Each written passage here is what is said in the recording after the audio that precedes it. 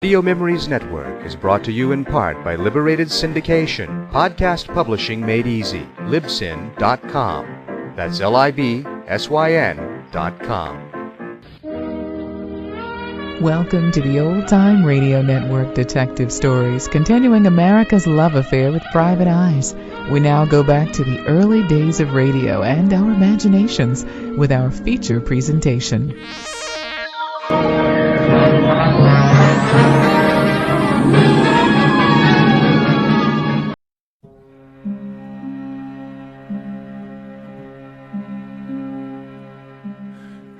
I spoke to the wise woman. She told me. Don't be a terrible sin. McCleavy, he gives me no rest, dogs me day and night. Well, he's not here now. In my mind, he never leaves me. I cannot eat, sleep. He's always there. I'll talk to him. I'll tell him to let you be. He wouldn't listen, Auntie. He has me marked down, persecutes me, torments me. He won't stop till he has me in a cart bound for the Perth Penitentiary. I'd rather die. You wouldn't come back, though. Well, you're right there. Oh, it's such a sin. Bad luck will follow. Not at all. The wise woman said it would be like giving up the ghost. Just giving up the ghost. But, you'll miss all the fun at Christmas.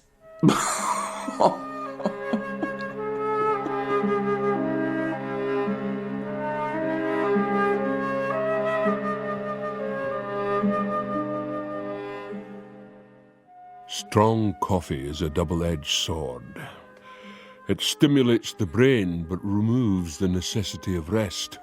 And everyone needs rest, even the meanest of God's creatures, even policemen, even the great McCleavy. So I find myself with my thoughts, looking over my city, Edinburgh. Some late lights burning, the possibility of snow in the air. Very festive.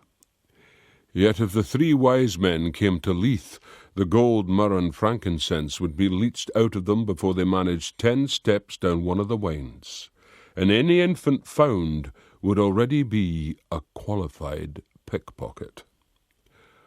For unto us a child is born. What a strange and jagged world we bring him into. If I was on the farm now, I'd be picking out a nice fat hen for the Christmas pot. I'm sure they're all be queuing up to catch your eye. I can hear them shouting, me, pick me for the axe. You don't like Yuletide, son? Constable Mulholland, my charges judge this time of year perfect for maximum skullduggery. Why should I like it? Hey, Mr. McCleavy, are you going to the wedding?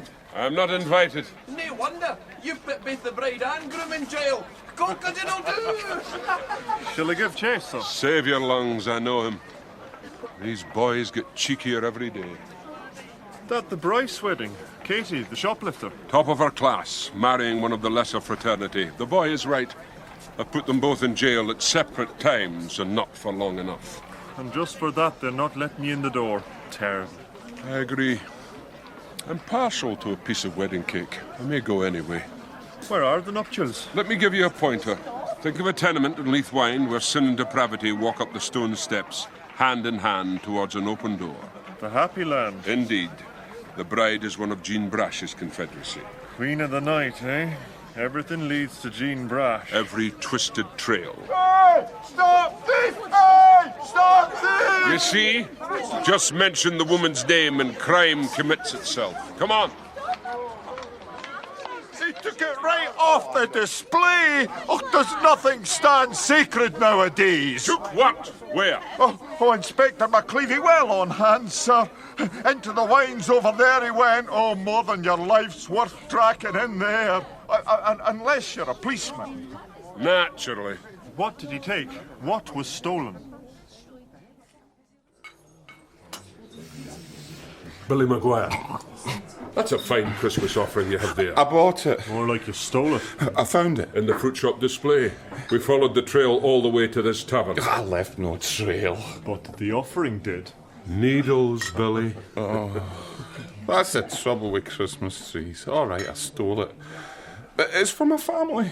My poor little ones. You have no family, save the bottles that surround you, and you'd sell the tree to buy more. Drink up, enjoy it. You'll be tasting rusty water for the next 6 months. Have pity, Inspector. It's a time of forgiveness. Tell that to the sheriff. I doubt he'll kiss under mistletoe. It's a funeral, sir. So I observe. Remove your hat. You too, Maguire. I don't have a hat. Then bow your head. I feel like a fool standing here with this tree. You look much the same as usual. Is that not Jean Brash? It is. Black suits her. Matches her heart. And do you see your work now, McLeavy? Do you know who it is in that white coven there? I do not. Put away the cloth, let him see. Richard Webb, the climber. My wee nephew, my darling boy, murdered by you. You followed him round every corner, you were the weevil in every piece of bread. Poor the poor soul. He swore he would die, then feel your cruel chains round him, and that's what he did. Neither ate nor drank, willed himself to death. Well, I'm sorry for it. The devil a bit of you, you vagabond. Peace, Janet. You can rest easy. There are no skylights in the Canongate graves. You'll not climb out and do any more mischief. Do you hear him? Do you hear the man? Not an ounce of mercy in him. Come, let us get my boy to his grave. It's not my intention, Janet. You show little respect for the dead, James McLeavy. Webb, he was good at his trade. Cat burglar. But I was on him. He has saved the law some time and money. For that, I thank him. His auntie was very upset, sir. She'll get over it. You've not invited me to the wedding, Jean Brash. It's not my wedding. The day it is, I'll have you on hand. Somewhere. So, the bar is up for me. It is. Pity. I might be of use. In what way? I could join the bride and groom. With handcuffs. That heart of yours grows harder as the years go by, McLeavy. Be careful. One day it may turn so cold and adamantine that it cracks apart, like a stone in winter. Strong words. Elegantly put. I'm glad you approve, Mulholland. Adamantine. That's a fine word. Aye. But does he have one? What? Mr. McLeavy? A heart? Oh, I'm sure. That's quite enough. Mulholland, pick up your tree, and let us, like the three wise men, follow our star to the station. Jean Brash's words annoyed and pierced me, like a thorn in the lion's paw. Police work soon takes the softness out of a man, but there may be danger going too far t'other way. Cherish pity, lest you drive an angel from the door. We slapped Maguire in his cell, and while Mulholland dealt the paperwork, I pondered further at my desk. The fruit of it was this. If we are required to be hard, why not?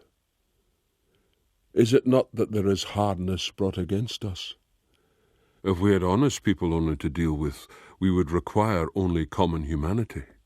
If only honest rogues to expose, we could do with merely ordinary powers. But when we must encounter ingenuity, sharpened to a razor edge by rapacity, dishonesty, and fear of punishment, we must be even more than razor-edged.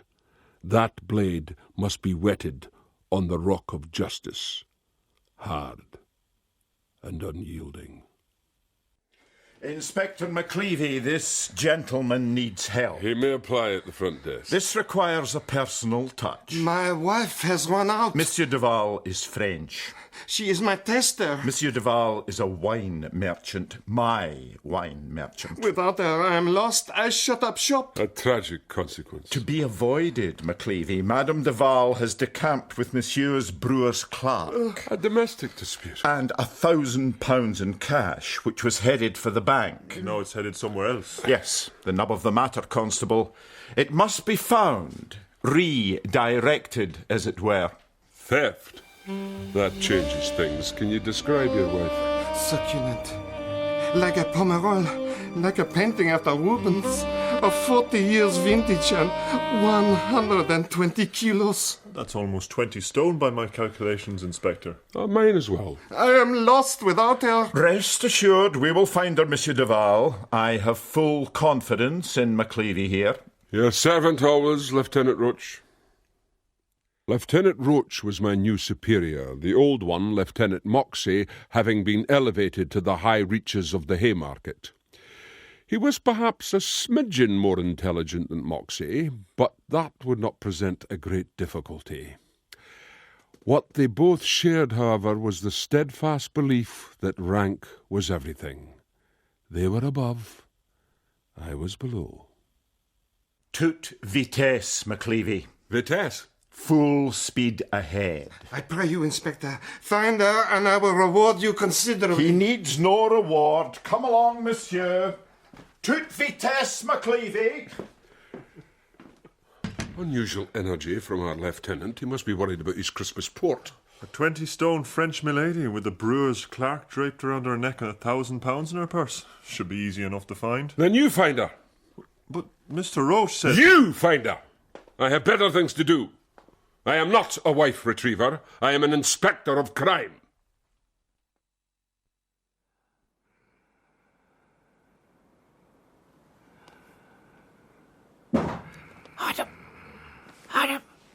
Adam, stir yourself. What is it? There's a body downstairs in the shop. I can hear. Oh, stop clamouring, Mum, let me listen. There. You hear it? Be the rats. Are I after the baccy? What if it's not? If it's a thief? If it cuts our throats? For Lord's sake, I'll go. We should get the police. How? Stick my head out the window and shout. I'll take a candle and a good stick. That'll see off any rat. Oh, be careful, you're not a young man. God grant it's rodents, just rodents.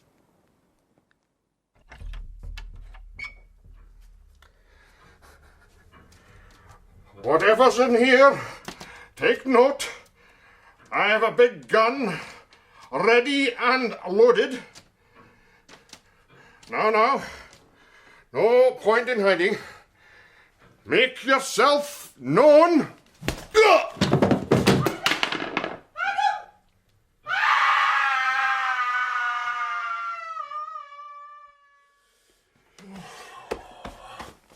Started to snow. Well observed. Any luck with the succulent mummel? You wouldn't believe a woman that size could hide herself so comprehensively. Lieutenant Roach has been pestering. I told him you had the matter well in hand. Well, I expect he wants you to take over. No. I told him that we must let youth have its head. Let youth have its head. My very words. Where are you bound? There was a real crime last night. Goodchild the tobacconist. 2 sacks of high-grade leaf stolen, and the poor man fell to the ground. He lies in hospital, waiting for justice to sit by his bed and calm his fevered brow. Well, I'll come with you. I'm very calming. No. It's not his port he's worried over. It's his Christmas claret. What? Roach. To that end, I have assured him that you will scour the city till you find this Venus of the Vine. I have already scoured the city. Well, scour it again. Good gracious, man. I can't be holding your hand all the time. When have you ever done that? Use your initiative. What do you know about the woman? She's fat. Then find out why she's fat. And toute vitesse, Mulholland. Toute vitesse.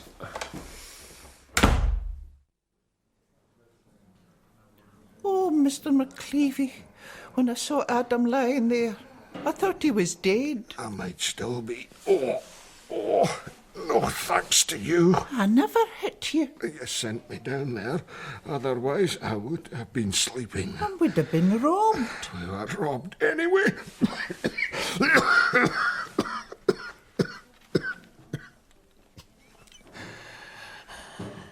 Mr. Goodchild, this man who struck you, did you get a sight of him? Aye, a moment by candle only, but I did. His face?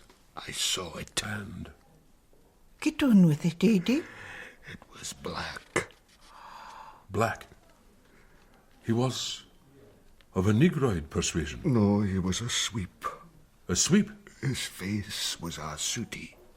That might be a disguise. Indeed. Thank you. If you saw this man again, would you recognize him? Not a hope. All I saw was soot. Could have been the devil himself underneath. The devil's got a tail. Be quiet, woman. There's nothing you can tell me about him. One thing. He knows his baccy. That was best quality leaf he took. Best quality.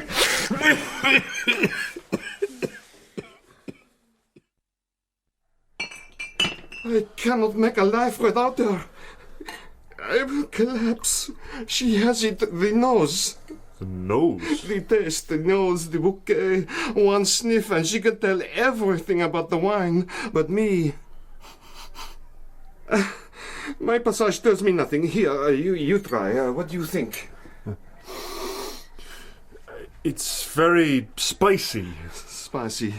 Very spicy. Now, your wife seems to be a woman of great appetite. Yes, appetite for everything. When I think of her with that crochon, that pushing pen, I could kill her. But no, I love her. She must come back with the nose. You must find her. Yes, that's the intention. Now, monsieur, think hard. Mm? Is there anything she has a particular weakness for? Oh. No, I mean in the food line. Ah. Sweetmeats or some fine quality provender. Something she cannot do without, that she would return, go back to where it was sold or kept. Something she cannot do without. Ah! There is one thing. But as a Frenchman, I am too ashamed to name it. Name it you must, sir, but you may whisper softly the words in my ear. It is... It is... Remarkable how many chimney sweeps there are in Edinburgh. Most honest men, but some who have never seen the inside of a lum in their life. Not much hope in that direction. My better bet was tobacco. I put word out amongst my men to keep watch for anyone trying to sell such high-grade leaf.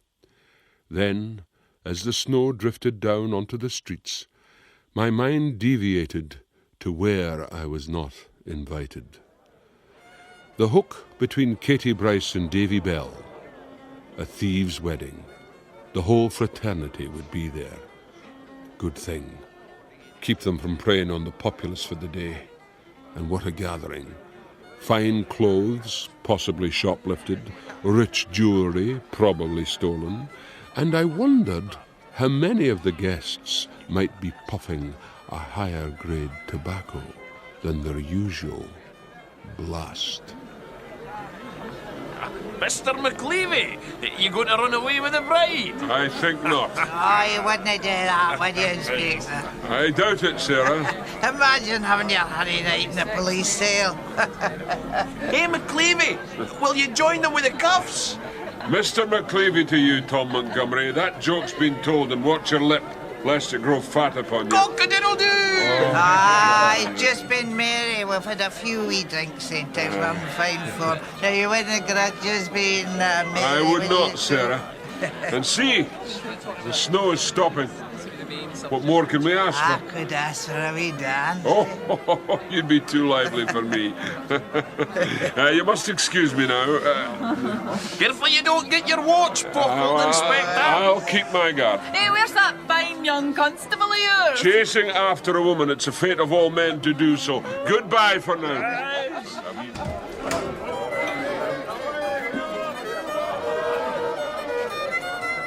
What do you want here, McLeavy? The pleasure of your company, David. I'm glad to see you've given up petty thieving for the day in order to go legal. And by the looks of your bride, none too soon either. You're not welcome. But here I stand. Oh, for God's sake, give him a dram. Thank you, Jean Brash. But I'm king of the castle. For the day only, whereas I am queen for the duration. Give him a dram. Thank you. I lift my glass to this fine assembly. Go to it, my lads and lasses. You know you belong to me, but this day you shall have your liberty. Now, James, don't upset the groom. A mere snab unworthy of the bride. And are you worthy? Have you come to kiss her? I fear I'm too late. By the looks, either she's about to bear fruit or she's been shoplifting again. The former. Though she will return to the latter.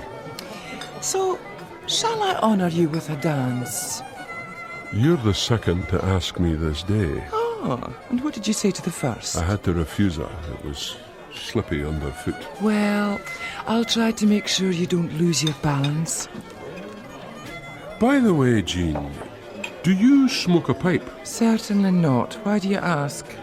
I've developed a sudden fascination for the fragrant weed. I am unable to help you. That's not one of my vices. Now hold out your arms and keep your cuffs in your pocket.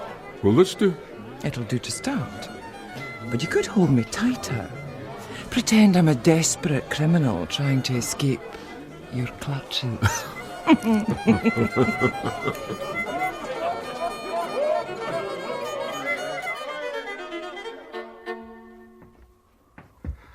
Oh, if you might take her off her hands, Constable, you'd be doing great favour. Is there a man with her?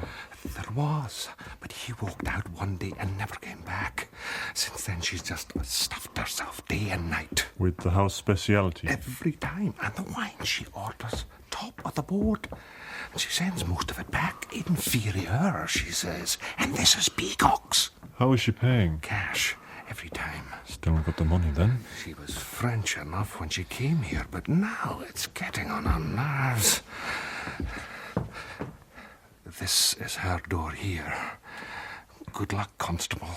And whatever, don't let her fall on you. She's an absolute behemoth. I'll skip around. 1, 2, 3!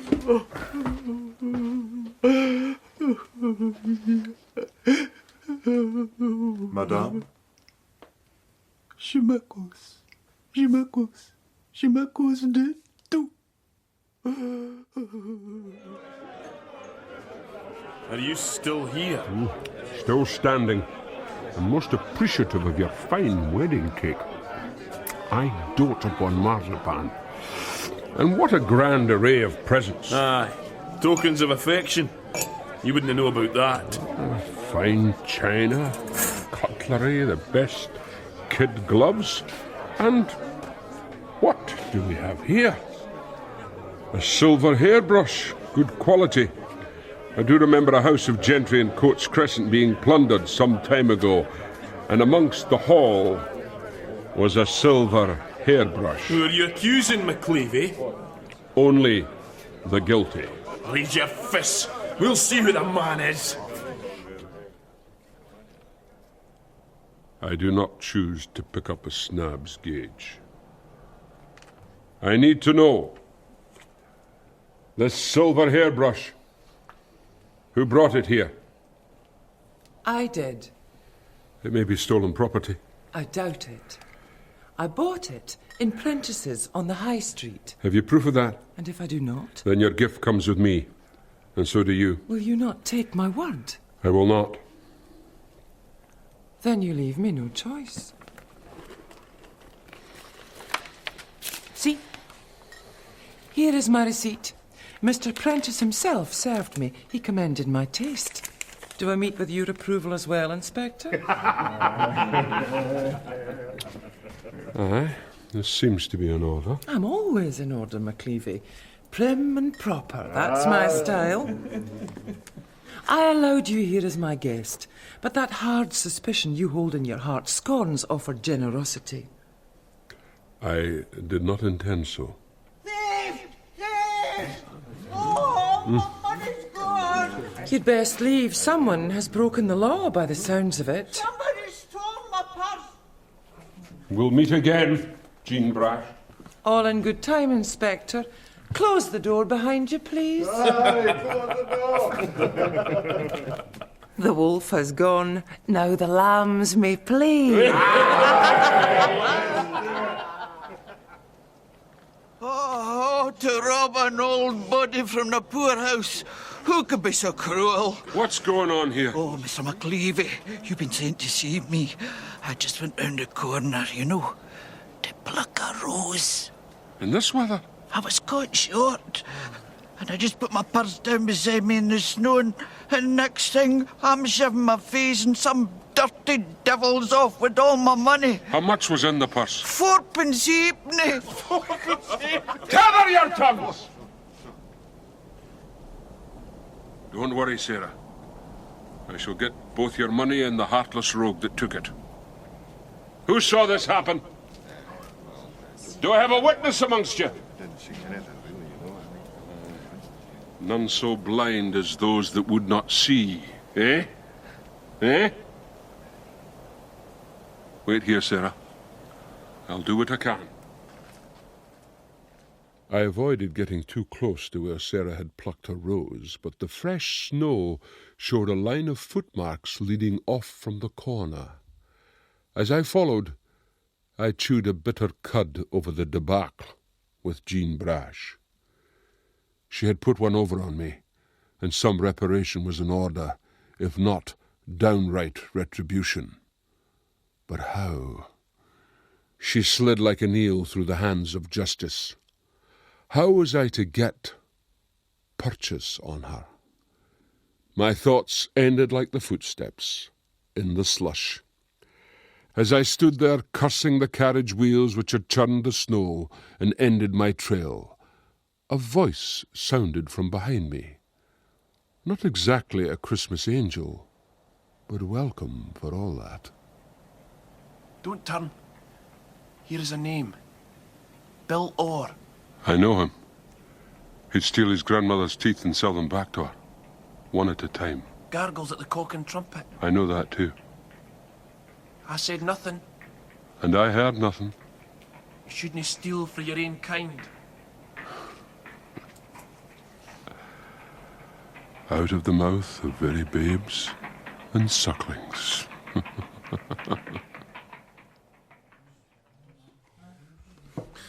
This time of year it chills my bones, Mr. Stewart. Uh-huh. God alone knows how I managed to keep going. Bello, put down that glass. What ails you, McLeavy? In your pocket you have a purse stolen from an old pensioner of the poorhouse. Hand it over. You accuse an innocent man? This aye happens to me. Hand it over before I fell you. See how I'm treated. Hand it over. What's this in my pocket? Some piker's dropped it onto me. Give it. Gladly, Inspector, gladly done. 3 1/2 pence. Mrs. Dewar, has he paid for his stoop? Aye. I never trust till the ale's drunk, for sometimes it takes a while the memory. But if what you say is true, here's the penny back. We'll no argue. Thank you. The remnants of his pot may be some recompense to you. I paid for that with good money. Save your breath. Try these irons on for size. See? See how well they fit? Now come along with me. You have some apologising to do. I took the snivelling, wretched creature back to the happy land, where he went down on his knees before old Sarah and begged her forgiveness. I am happy to say that she refused to grant it, and even aimed a kick at him, unfortunately almost falling over as she did so. But she was happy with her money back, and lo, a Christmas miracle, for an extra shilling had made its appearance in her purse. A great cheer went up for me, and I must confess that I basked in the unaccustomed warmth. It is not often a policeman is cheered in Leith. All this was mitigated somewhat when I noticed my man Mulholland smirking at the edge of things.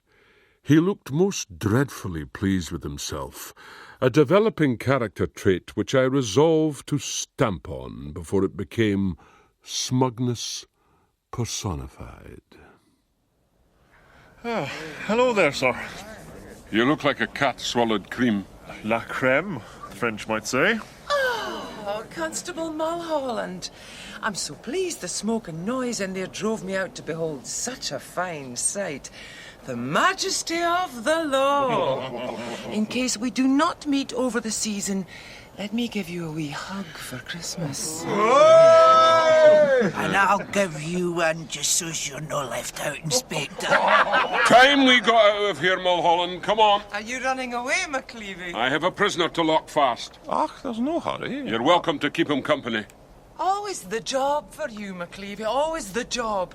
Thank goodness your constable knows how to stand up to a woman. Come away, Mulholland, before these harpies tear us to pieces. Oh, I felt quite safe. Ah! Little ragamuffin. Only a snowball, Mulholland. I'll get you for that. You couldn't catch Sturry lungs.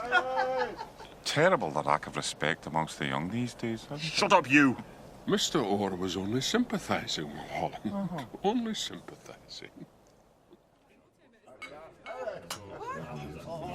See what I've got! A wee souvenir. That scum McCleavy gone then? He is 100 times the man you'll ever be.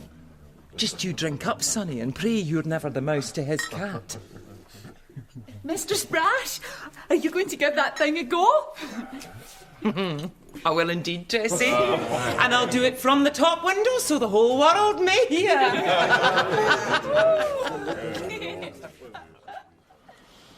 Not your garlic snails, no, not your leg of frog or tripe a la mode. No, these were not her weakness. It was something beyond the wildest surmise. Don't let me stop you. Fish suppers. The husband confessed, tears in his eyes, his succulent maman was a fiend for the fish suppers. Top quality, though, and always washed down by the finest wine. The Peacock Inn, best in Edinburgh. Oh, I could never afford that. Where I found her. Her lover had run away, and I took her in flagranti, mouth full of battered cod. What about the money? Fair bit recovered. They were sending out for the husband as I left. The woman's full of remorse. Wait until she sees the penitentiary. You're a hard man, Inspector. You'll take your turn of that. Anyway, I think Lieutenant Roach will be pleased at the outcome. You've done well. I am satisfied, sir, as I have every reason to be.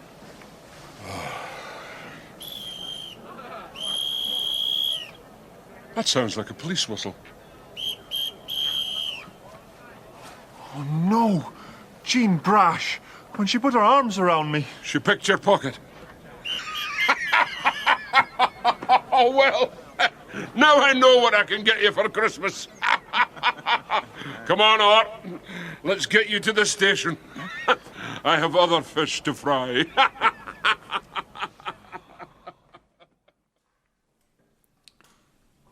They say you may catch terrible diseases in hospitals. Everything you touch is just... stop it with pestilence. It's all right for you, Adam. You have reason to be here, but not me. I'm in good health, as far as I know. At least, I used to be. Quick! My husband! He's dying! He's dying on me! Get the doctor. You sent for me, Bill Orr. I don't like it here. A palace compared to where you're going. You could put in a word for me. Why should I do that? I have something to offer. What could the likes of you have to offer the likes of me? Tobacco. What kind? Fine leaf. Uh-huh. Well, you fill up my pipe, and I'll have a wee puff, and tell you how I like it. There may be honour amongst thieves. I have occasionally found it so. An outlaw under heavy sentence refusing to betray his fellows, but Bill Orr was not of that ilk. He inclined toward the rat's code of conduct aboard a sinking ship. He had overheard two men in a tavern, one a chimney-sweep no less, discuss a stolen cache of tobacco concealed in an old fisherman's hut down by the Leith shoreline, the sweep selling, the other buying, and delivery this very night.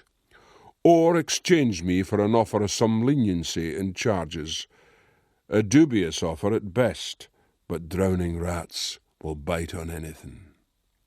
So The sky cleared, and the little star of Bethlehem had some stiff competition, as Mulholland and I hunkered down to watch the cottage while a cold, bitter wind blew in from the sea. This is a bleak outlook. All part of the job, Mulholland. I'm stiff as a board. Patience. 90% of police work is... What's that? A handcart coming down the cut. And what's that I see by the light of his lamp? A nice, sooty face. That's him gone inside. We'll wait until he loads up, and then we have him. We moved close into the cottage and waited for our chimney sweep to bring out the fruits of his labour. It seemed to take forever, and Mulholland found little solace in my observation that man was born to suffer, and policemen more than most. At last the door opened, and out came our quarry, little dreaming that the freezing cold fingers of justice were about to hook into the back of his grimy neck. Take hold, Mulholland! I have him, sir. Oh, you're in the grip of McCleavy now. You hold still, my manny. Ah! God, he's bled my nose. Get the cuffs on him.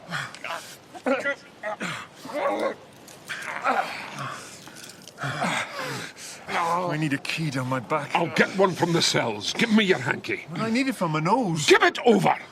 Now, let's scrub the soot away and see what we have. Oh.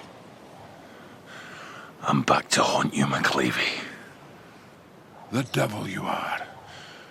The devil you are. Why's your constable brought me here? Did he not tell you? You know fine well not. He is risen again, Janet. Risen? From the grave. Richard Webb, your darling nephew. Oh, God forgive me. Calls himself a cat burglar, eh? First crime he commits after death, ground floor larceny of a tobacconist. God forgive me. I knew it would bring bad luck. And that charade to make me think he'd turn up his toes, the white coffin, the mourners. Who dreamt all that up? Not him. He hasn't the brains, not you. My flesh and blood, my darling boy. Whose idea? Who tricked it out? The wise woman. He went to see the wise woman. She told him the only way to get McCleavy off his track was to become a ghost. The wise woman? Who would that be? Jean Brash. Jean Brash? She put him up to it. God forgive her. God may. I am a different proposition. McCleavy! Lieutenant Roach. I regret to say I am the bearer of bad news. Very bad news. And that's the story? That's the story. Oh, McCleavy. The word of an old daft woman against mine. You have nothing. I have something. If only I could help, but like yourself, I was completely duped. A false death. Some are real. This morning in hospital, Goodchild the tobacconist died. What? He'd been injured in the robbery. He took a seizure and died. The doctors could do nothing. What? Was it to do with the injury? The post-mortem may tell. You accuse me of a lack of feeling, but you lack something even more vital. A moral sense of right and wrong. And see what harm you've caused. I did not intend so. You're a clever woman, Jean. But you use it badly. And because of that, an old man lies dead upon a cold, cold slab. Think of that while you're picking over your Christmas dinner. Oh, damn. Oh, damnation. That night, I looked once more over the rooftops and meditated upon life, death, and truth. What is truth? Said jesting Pilate, and would not wait for answer. Tomorrow would be Christmas Eve. Not many of the populace would have these three concepts running through the mind as they jostled in the streets. Though Jean Brash might have a bitter thought or two as she contemplated the forces she had set in motion and the results they had brought home.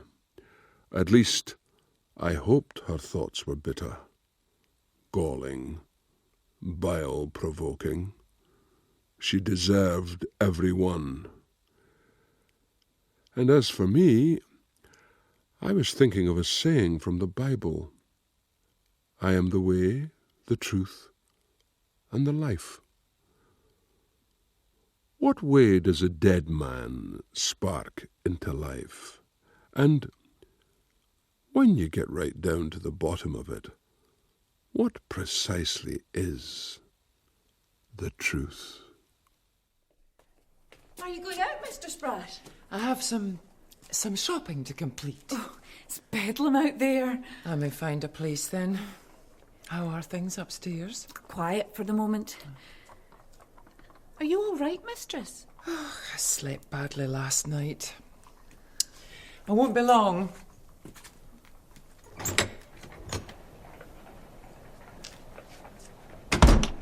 Oh.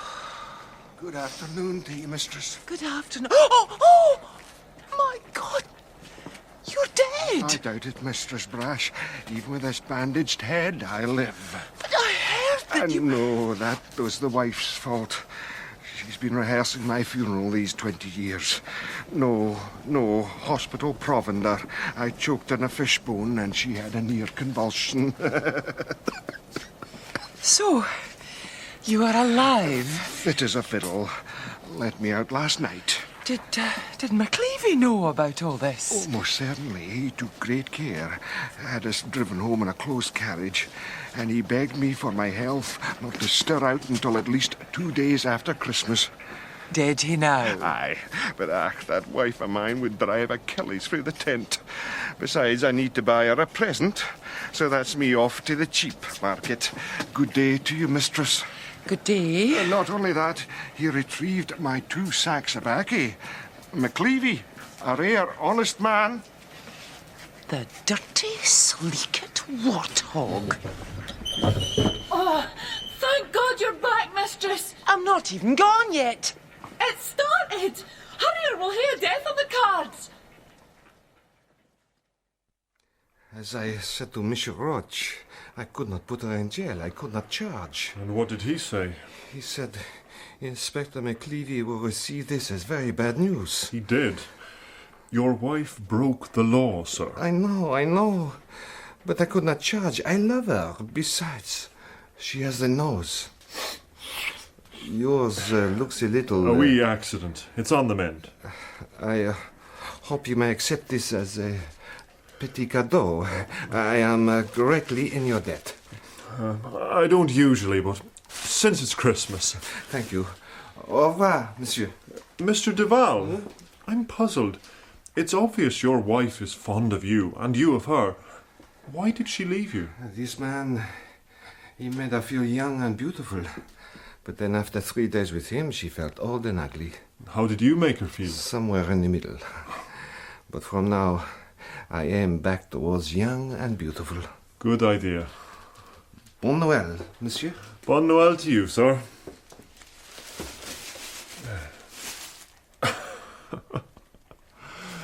I'd better get this out of here before Roach claps his eyes upon it. Toot vitesse, constable, toot vitesse. Pomerol, 15 years of age. Oh, this is vintage stuff, sir. It better be. That woman should be in jail. Ah, well, this wee present of his will make the disappointment more palatable. And I thank you for inviting me round for Christmas dinner. I hope you're hungry. Mrs. Zahara aye makes enough for 10. I'll chew that bird right down to the wishbone, sir. Well, that's comforting to know. Well, here's to us, sir. And here's to justice. Oh, tastes like old socks. Surely not. Oh, this is not vintage Pomerol. I might have known you couldn't trust a man who wouldn't even charge his own wife. No, it happens to the best of wines, sir. Tainted. Tainted? Once in a blue moon, The chemicals in the cork combine with the chemicals in the wine and they, how can I put it? Stink. Set each other off badly. 10 minutes, gentlemen. The part's just resting. Oh, and Mr. McCleavy, this wee parcel arrived for you. Thank you, Mrs. Zahara. You'll be carving. Will I? Oh, I expect I will. Thank you. Now, what have we here? A police whistle. Mine. I know it by that scratch. Then you know who sent the parcel. McCleavy, I forgive you your dirty trick. Here is a wee present for you and the constable. You can take turns blowing it. I also have the honour to inform you that Katie Bryce, after a term of hard labour, gave birth to a baby boy this very Christmas morning. After long thought and judicious consideration, we have decided to name the baby James McCleavy Bell. What? Hoping this meets with your approval, Merry Christmas, Jean. What? I will not allow it. I don't think you have much choice, sir. My appellation attached to the son of a shoplifter? Poor little baby. What do you mean? Well, he doesn't have much choice either. Aye, you're right. Arising in the fraternity with the name of a great thief-taker. Who knows? He might grow into it and surprise them all. And at the very worst, your name lives on. Anyway, since wine has proved a mocker, let us try some good Scots whisky. Here. Thank you. To the spirit of Christmas, sir. The spirit of Christmas.